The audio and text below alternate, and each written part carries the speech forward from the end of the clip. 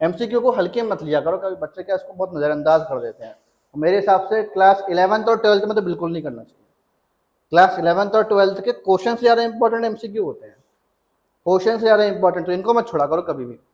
Question number 21, the anti derivative. Anti derivative is a पर्यायवाची of integration, मतलब हमसे वो इंटीग्रेशन पूछ रहा है ना। तो इंटीग्रेशन निकालना इस चीज़ का, नॉर्मल सॉल्व करना पड़ेगा, नॉर्मल कैलकुलेशन है। अब रूट की वजह से तुम लोग हाय दैया चिल्लाना स्टार्ट करो, सर इतना कठिन क्वेश्चन हम कैसे करेंगे, हमारे तो भैया रेंज से भी बाहर है। रेंज से बाहर नहीं है, तुम इस क्वेश्चन तक रेंज रोवर से पहुंचोगे, रुको जरा, कैसे करोगे। रूट एक्स लिखा है क्या नहीं लिखा, इसको आप एक्स की पावर 1/2 बोल दोगे, और 1 अपॉन नीचे भी यहाँ था एक्स की पावर 1/2, और ये dx, ठीक है ना। फिर x की पावर 1/2 प्लस, इसको बेटा ऊपर लेके जाओ। मैंने बताऊँ एक बच्चा देखा था, इतना होशियार था, वो इसको काट देता था। बताओ क्यों, क्या सोच के काट रहा होगा वो। उसने देखा सर x की पावर 1/2 प्लस x की power -1/2, sir minus plus minus होता, काट दो। इतनी होशियारी मत दिखाना यार, आप लोगों से विनम्र निवेदन है मेरा, इतनी होशियारी मत दिखाना। अब इसमें हम इंटीग्रेशन का अलग अलग निकालेंगे, x की power 1/2 dot D x plus integration of x minus 1/2 dot D x. यहाँ क्या होगा, 1/2 प्लस 1 3/2 अपॉन 3/2 प्लस फिर 1/2 अपॉन 1/2। 2 सबसे ऊपर चले जाएगा हमारे पास यहाँ पर, तो 2 जैसे ही ऊपर जाएगा तो हमारे पास 2/3 x की पावर 3/2 प्लस 2 x की power 1/2 plus c। Option check करो कोई है क्या ऐसा। 2/3x 3/2 plus 2x, option C is correct. समझ में आ गया, therefore option C is correct.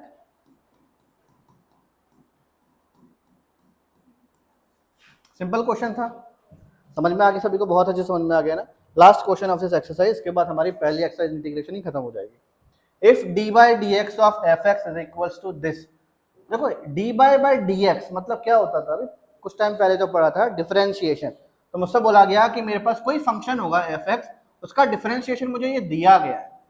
fx कोई फंक्शन था, मुझे नहीं पता कि ये फंक्शन क्या है, बट उसका डिफरेंशिएशन कितना दिया है मुझे, ये था, ठीक है। क्वेश्चन क्या पूछा गया मुझसे, सच दैट अगर f2 is equals to 0, f2 मतलब क्या होता है, जैसा आप लोगों ने बचपन में सीखा होगा, या आपके पास पॉलिनोमियल होता था px is equals to 2x square plus 3, तो आपसे मैंने बोला p1, तो इसका मतलब क्या होता था, x की वैल्यू हमें क्या रखनी है, 1 रखनी है। ऐसे क्वेश्चन आप लोगों ने बहुत किए होंगे छोटी क्लासेस में। तो हमसे बोला गया कि अगर हमारे पास f(2) मतलब फंक्शन जो भी कुछ होगा, उसमें अगर मैं 2 पुट कर दूं x की जगह पर, क्योंकि फंक्शन हमें x के टर्म्स में डिफाइंड है, चेक करो x लिखा हुआ, x की जगह अगर 2 पुट करूंगा तो मुझे 0 मिलेगा। तो मुझसे पूछ रहा है फंक्शन क्या होगा।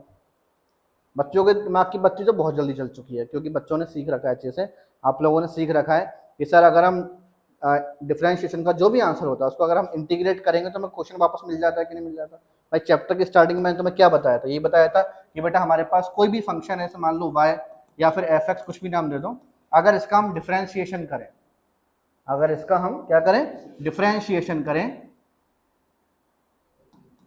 तो हमारे पास जो आंसर आता है जिसको हम dy बाई डी एक्स या फिर और एफ डैश एक्स बोलते थे कि नहीं बोलते थे, इसको हम क्या बोलते थे, डेरिवेटिव। ये हमारे पास डेरिवेटिव निकल कर आता था, क्या निकल कर आता था, डेरिवेटिव। अगर हम इसी का इंटीग्रेशन कर दें, इसी का इंटीग्रेशन कर दें, इसको हम एंटी डेरिवेटिव, एंटी डेरिवेटिव या फिर इंटीग्रेशन, इसी को बोला जाता था, इंटीग्रेशन इसी को बोला जाता था। या अगर हम इस वाले चीज का जो डिफरेंशिएशन करने पर मिला उसको इंटीग्रेट करोगे तो आपको लास्ट में वापस वही चीज मिल जाएगी कि नहीं मिल जाएगी, इसको इंटीग्रल बोलते हैं।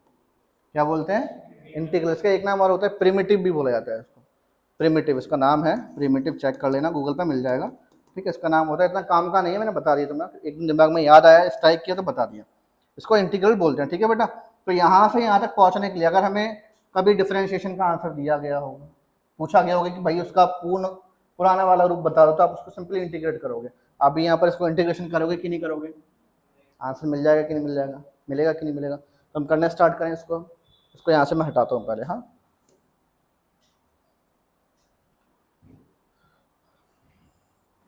तो क्वेश्चन था बेटा मेरे पास, इंटीग्रेशन मुझे करना है किसका, 4x³ - 3 x की पावर -4, पल्ले पड़ा।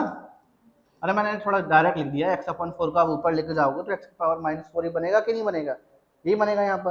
अब आगे चेक करते हैं, 4 को बाहर निकाला, एक्स क्यूब का इंटीग्रेशन डॉट डी एक्स, 3 को बाहर निकाला और ये डी एक्स। अब बेटा बताओ 4 x cube x 4 upon -3, x की पावर इसमें +1 करो क्या बचेगा -3 और अपॉन में जो ऊपर है वही सेम नीचे -3, 4 से 4 कट गया, 4 से 4 खत्म, यहाँ 3 से 3 खत्म, माइनस से माइनस भी खत्म, बचा क्या एक्स की पावर 4 प्लस एक्स की पावर -3 मतलब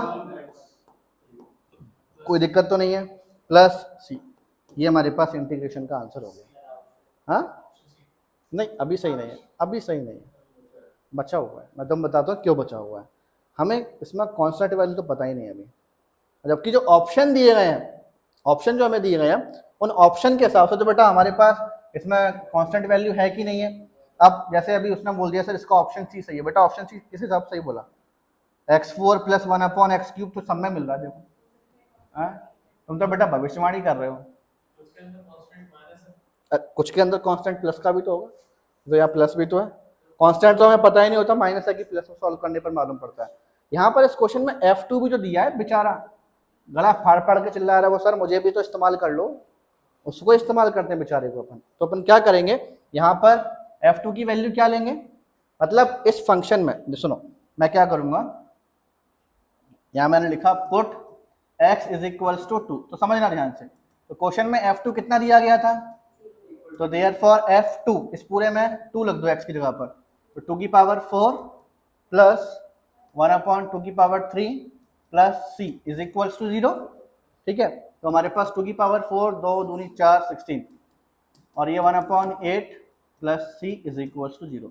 इन दोनों गरीबों को मान लेता हूँ, तो हमारे पास c = -16 -1 अपॉन 8, नीचे कुछ नहीं 1 मान लोगे, एलसीएम लोगे 8 आएगा और 8 का 16 से गुणा करोगे तो कितना आने वाला है,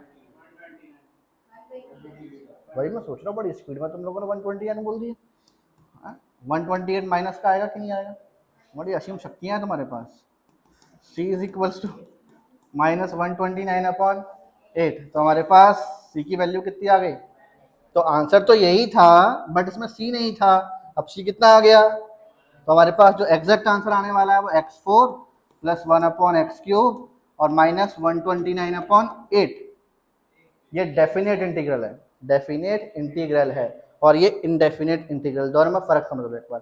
ये अनिश्चित है, हमें इसकी फिक्स्ड वैल्यू नहीं पता, क्यों, क्योंकि this is unknown term, but this time this is known ना, तो इस वजह से हमारे पास ये क्या हो गया, डेफिनेट और वो इनडेफिनेट है।